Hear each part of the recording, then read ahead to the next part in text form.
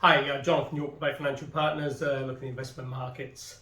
Shortened week in the US for Thanksgiving, but certainly equity markets still seem to be sort of trading on the sort of bull tack. There's reason for sort of buying out there, and the market's still trying to grind a little bit higher.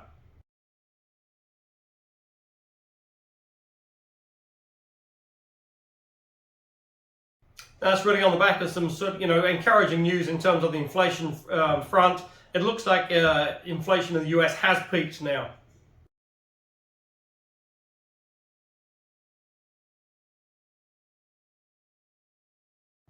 And indeed, if you look at analysts now, they're predicting that U.S. inflation can get back to around sort of 3.5% by the end of 2023.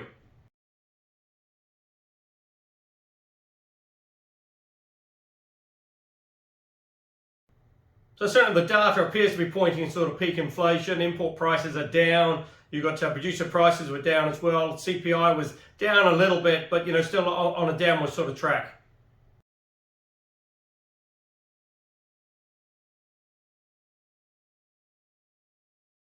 That's obviously encouraging news from the Fed because, obviously the recent rate hikes appear to be sort of having some sort of impact out there.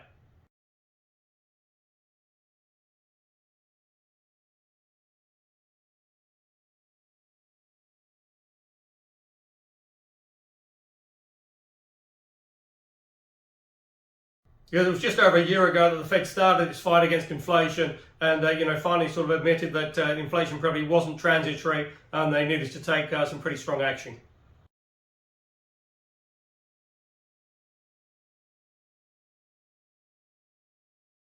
Also, as well, earnings were obviously slightly better than anticipated. Around 70% of the companies reporting beat their estimates.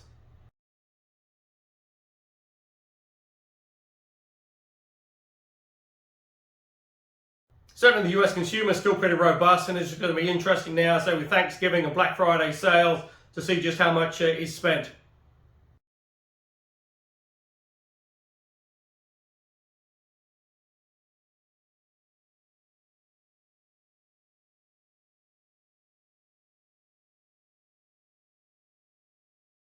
Obviously, the other big news was Donald Trump announcing that he will run for the 2024 presidential election.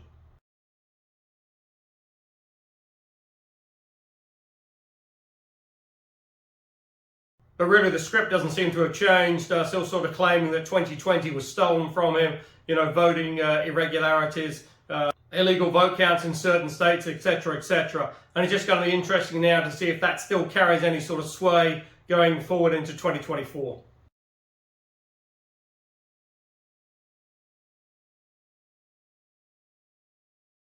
Now, it's going to be interesting to see if it still carries much weight because, if you look at it in the midterms, most of the candidates he backed pretty strongly all came up short and in many cases failed to get elected.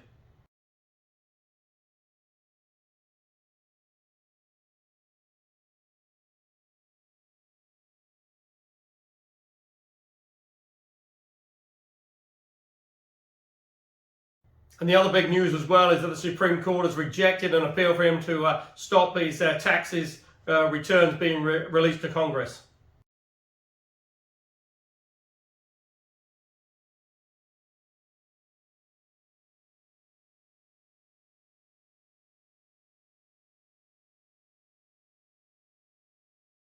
So potentially, although he's announced that he is running, there is a possibility that the Republican Party will not select him as their candidate.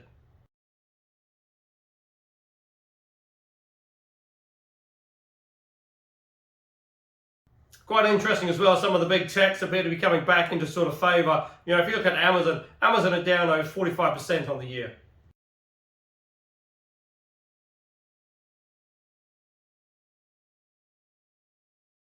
Also encouraging news as well is that the US 10-year, pretty much the benchmark for US interest rates, is back well below that 4% now, currently trading around sort of 375 and change.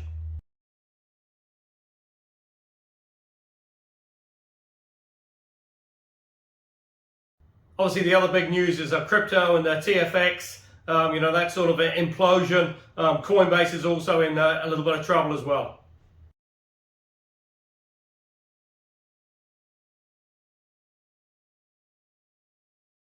Coinbase 2 years ago was valued around 85 billion. Currently, it's below $10 billion.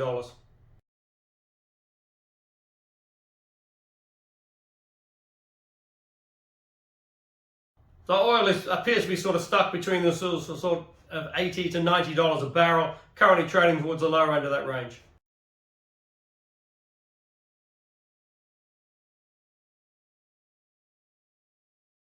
Now in the UK, inflation really is a problem. Their CPI just hit a 41-year high at 11.1%.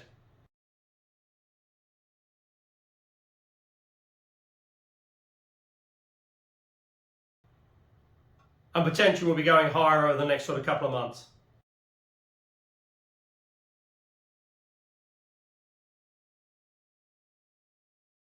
Although interestingly, retail sales was a little bit stronger than anticipated. Came in at plus 0.6. Most analysts were expected a pretty flat number.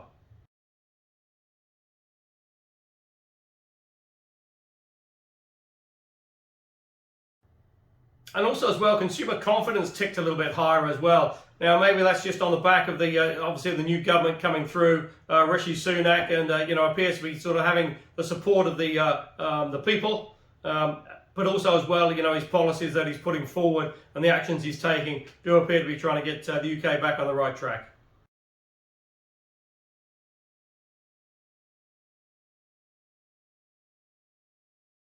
Even though it might be some pretty tough pain over the next sort of 6 to 9 months at least.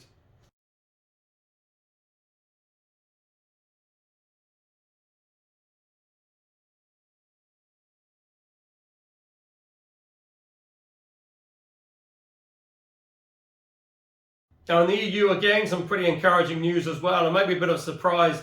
German PPI came in at down 4.2%. Most people are expecting an up number there around plus 0.6.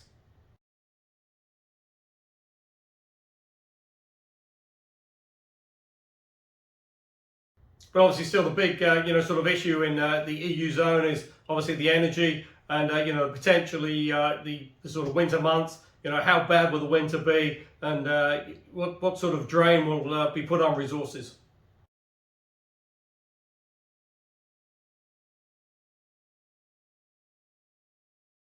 Because all the time you still got the Ukraine-Russian war taking place. That's sort of stretching in now to close on 10 months. But again, it's very interesting because as we sort of enter into these winter months, obviously a lot colder out there. It's going to be much harder to keep the supply lines sort of stocked and running smoothly.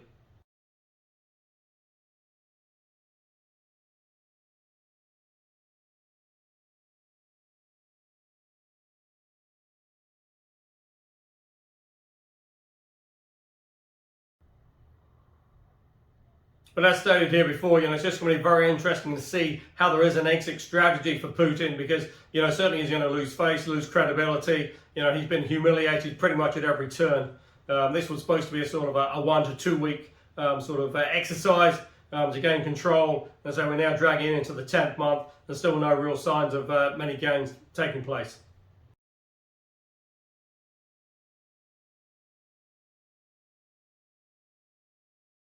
And indeed, the area of Kherson that he announced has been annexed just 2 weeks ago. He's had to withdraw his troops from now.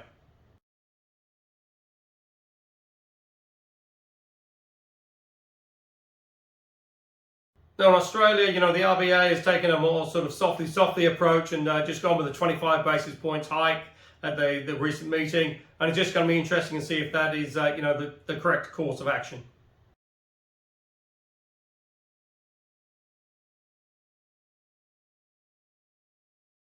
Because certainly they don't want to see the impact of the recent rate hikes, but again, they've still got to fight inflation. That looks like it's still just nudging up slightly. But again, the Australian economy still looks in pretty reasonable shape. Still got a pretty reasonable demand from sort of minerals and resources coming through. Obviously, you've still got a big clean up in New South Wales and parts of Victoria after the recent flooding. And we haven't even got into the fire season yet.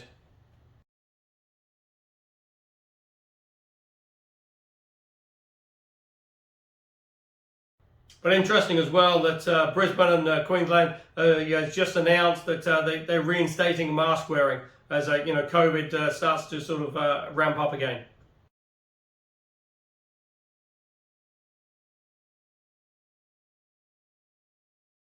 Now here in New Zealand, as expected, the Reserve Bank did hike rates by 75 basis points, taking the OCR to 4.25.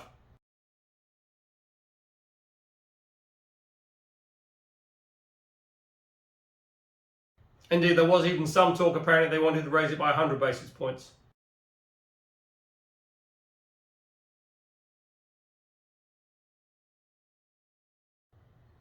But if you look at it now over the last sort of 14 months, the OCR has gone from 0.25 to 4.25%.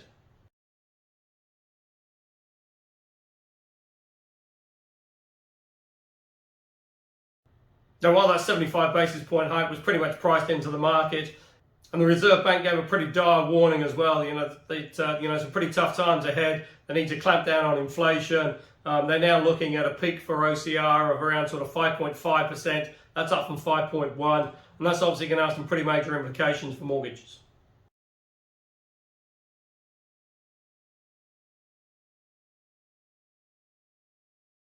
But also as well, with rate hikes at every meeting, we're yet to really see the impact of these hikes. Now, this does give them a little bit of time now because their next meeting isn't until February, so they will be able to judge what sort of impact these recent rate hikes have had on the economy.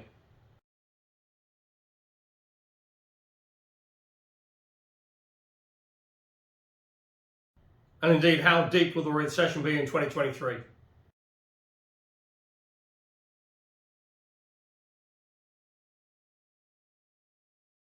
Because certainly you've still got a mass labour shortage out there. Pretty much every industry is looking for workers.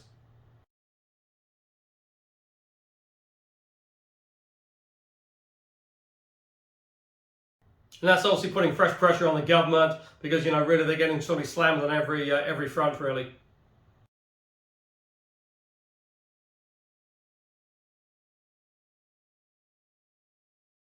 And obviously remembering that next year, 2023, is an election year, it's just going to be very interesting to see how this sort of plays through.